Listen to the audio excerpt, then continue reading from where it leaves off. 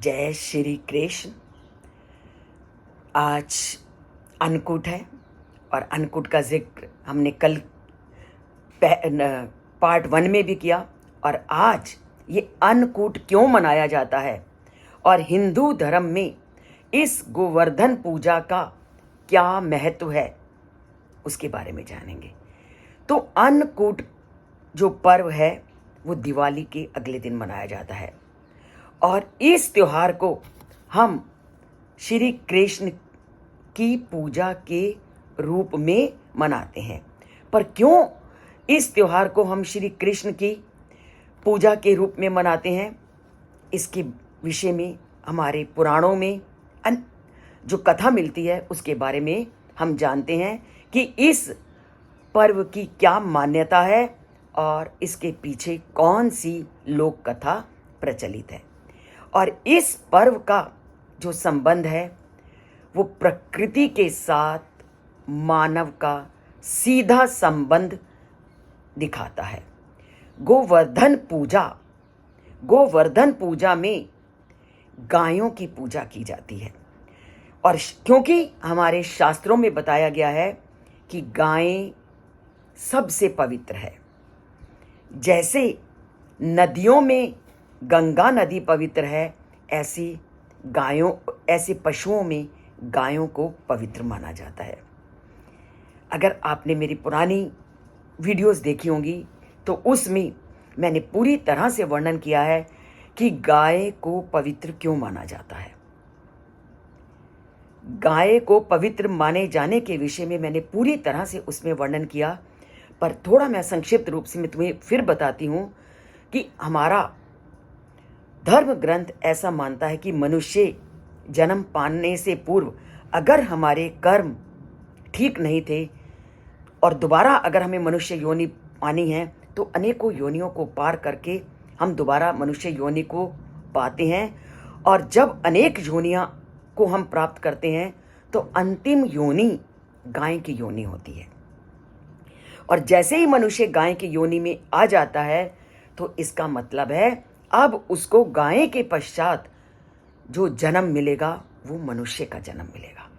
तो इसलिए गाय भी मानवीय जन्म के रूप में मानी जाती है, इसलिए गाय को बहुत पवित्र माना जाता है। और बाकी तो इसके पीछे में मैंने बहुत विस्तृत रूप में वर्णन किया कि गाय को और पवित्र क्यों माना जाता है। उसके अलग अलग उदाहरणों के माध्यम से मैंने पीछे की वीडियो में इसको एक्सप्लेन किया है। अगर देखना चाहें तो जब श्राद्ध पक्ष में मैंने गाय की पूजा में बताया था कि इसके एक एक चीज में कितनी सत्यता है, आप उसमें से आप उसको दोबारा से सुन सकते हैं। अब अन्नकूट के विषय में क्या कारण है कि हम इस दिन श्री कृष्ण की पूजा करते हैं। तो इसके पीछे कहानी है कि जब श्री कृष्ण छोटे थे तो उस समय उन्होंने घर में क्या देखा कि उनके घर के सभी लोग अनेक प्रकार के पकवान बना रहे हैं। जब अनेक प्रकार के पकवान बनाए जाने लगे तो श्री कृष्ण ने अपनी माँ से पूछा, माँ ये किस लिए आप इतने पकवान बना रहे हो।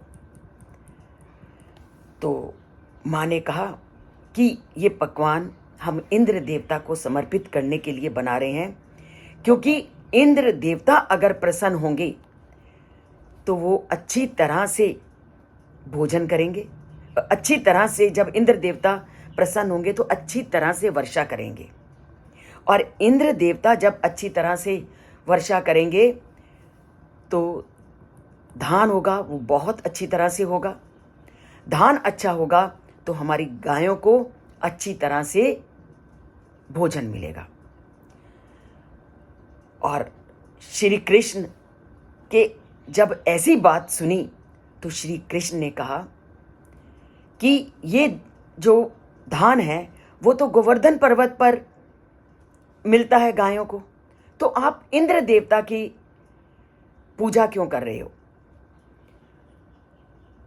क्योंकि धान की उपज तो गोवर्धन पर्वत पर होती है। गोवर्धन पर्वत पर होने के कारण आपको पूजा गोवर्धन पर्वत की करनी चाहिए।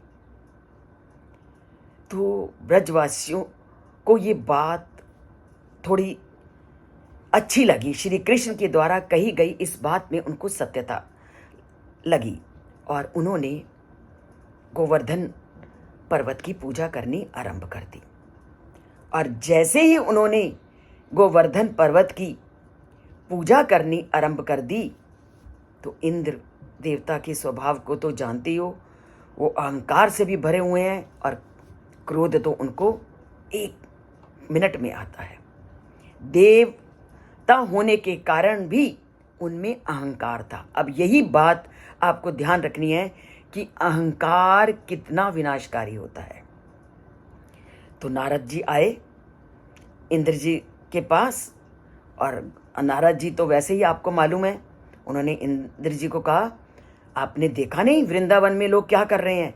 सारे ब्रजवासी गोवर्धन की पूजा कर रहे हैं। इंद्र जी को तो आप देखा ना था, उन्होंने वर्षा आरंभ कर दी और लगातार वर्षा करते रहे। और श्री कृष्ण वो तो अपने लोगों की रक्षा के लिए हमेशा तत्पर रहते हैं। और जैसे ही उन्होंने देखा कि इंद्रदेव अपनी पूरी क्रोधावस्था में हैं, तो उन्होंने सारे लोगों को कहा कि आप गोवर्धन पर्वत के पास चलिए और वहाँ पर आश्रय ले लीजिए।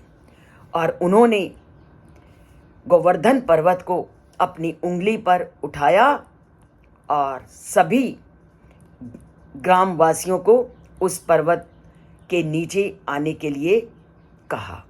पर इंद्र देवता भी कहाँ हार मानने वाले थे, वो भी लगातार वर्षा करते रहे।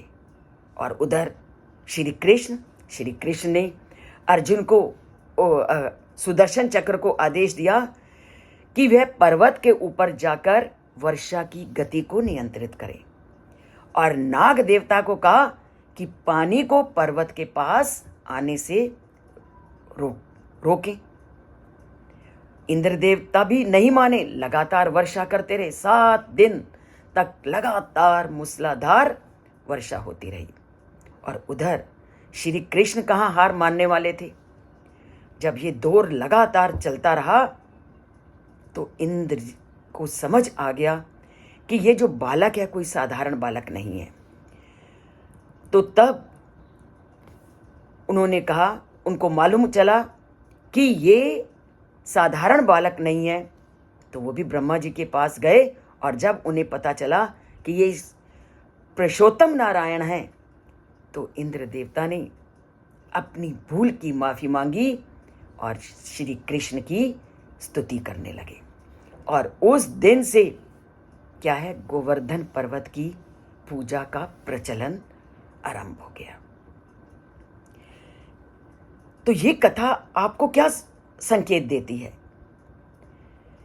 कि अहंकार का नाश हर परिस्थिति में होता है। और इंद्र देवता ने अहंकार के वशीभूत होकर अपना पूरा जोर लगा दिया, पर अंत में क्या है, उनको अपनी पराजय स्वीकार करनी पड़ी। तो व्यक्ति को ये त्योहार ये सीख देता है कि कभी भी अपने आप की अगर कोई पूजा करता है, आपकी अगर कोई अर्चना करता है, तो आपने अहंकार को अपने अंदर पनपने नहीं देना। जब पूरे गांव के लोगों ने इंद्र की पूजा करनी शुरू कर दी तो इंद्र को अहंकार से युक्त हो गए। और अहंकार से युक्त होके अब अंत में क्या है, जब भी कोई अहंकार से घिरा है तब तक उसका विनाश निश्चित ही हुआ है। ये त्योहार हमें इस बात की संकेत, इस बात की सूचना देते हैं।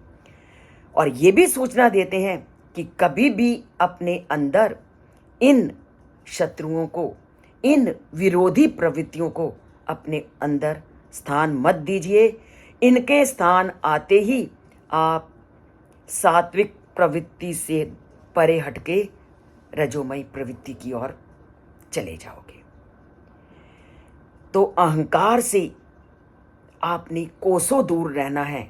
यही गीता का संदेश है, यही गीता का उपदेश है और यही सबको पालन करना है।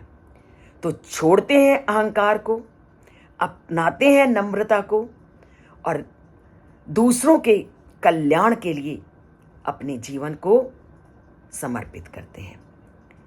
तो छोड़िए अहंकार को, जुड़िए चैनल से अगर आपको कुछ भी अच्छा लगता है, और अगर आप अभी तक सब्सक्राइब नहीं किया तो सब्सक्राइब कीजिए और लाइक का बटन दबाकर आज के त्योहार की सार्थकता को सिद्ध कीजिए।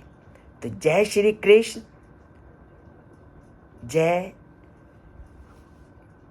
जय श्री कृष्ण।